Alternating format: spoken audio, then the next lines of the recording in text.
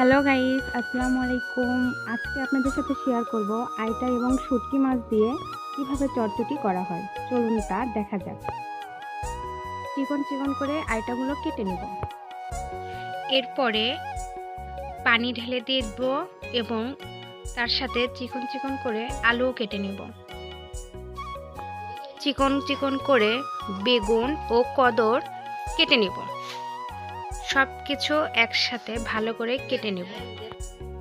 এরপরে একটি বাটিতে ছুরি শুটকি নিলাম, নিয়ে এগুলোকে আলাদা করে চুলায় ভাজবো। মাটির খোলা কিংবা মাটির পাতিলে ভেজে নেব, ভালোভাবে ভেজে নেব। আপনারা দেখতেই পাচ্ছেন মাটির খোলায় ভেজে নিচ্ছি। ভেজে নেওয়ার পরে এগুলো একটি বাটিতে ঢেলে নেব। সামান্য একটু পানিতে শুটকি মাছগুলো ভিজিয়ে রাখব। এরপরে তরকারিগুলো ভালোভাবে ধুয়ে নিব।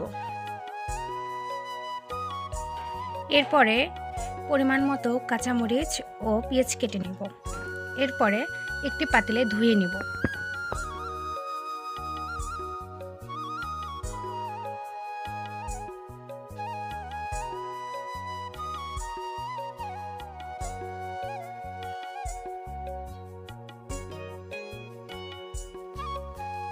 এরপরে মরিচ পেঁয়াজ দিয়ে দিব, পরিমাণ মতো হলুদ, পরিমাণ মতো স্বাদ মতো লবণ ও পরিমাণ মতো তেল দিব। দিয়ে কিছুক্ষণ মেখে নিব।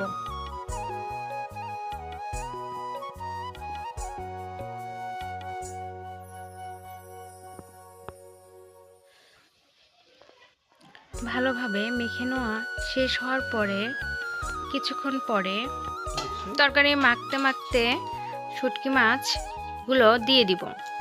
এরপর আবার কিছুক্ষণ মাখবো।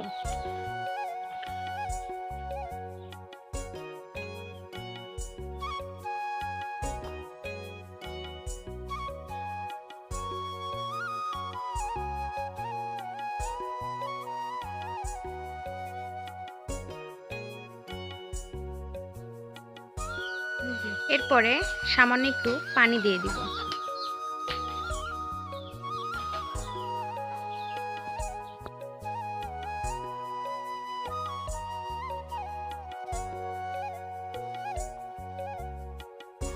ধনিয়া পাতাগুলো ধুয়ে দিয়ে দিব।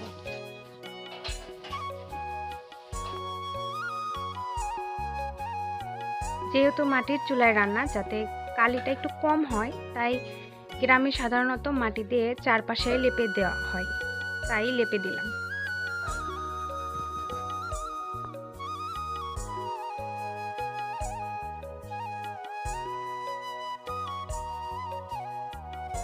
চুলায় তুলে দেওয়ার পরে একটু ওয়েট করব। এরপর আমাদের তরকারিটা হয়ে যাবে।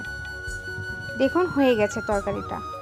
বাসায় সবাই একবার হলো ট্রাই করে দেখবেন কেমন লাগে খেতে।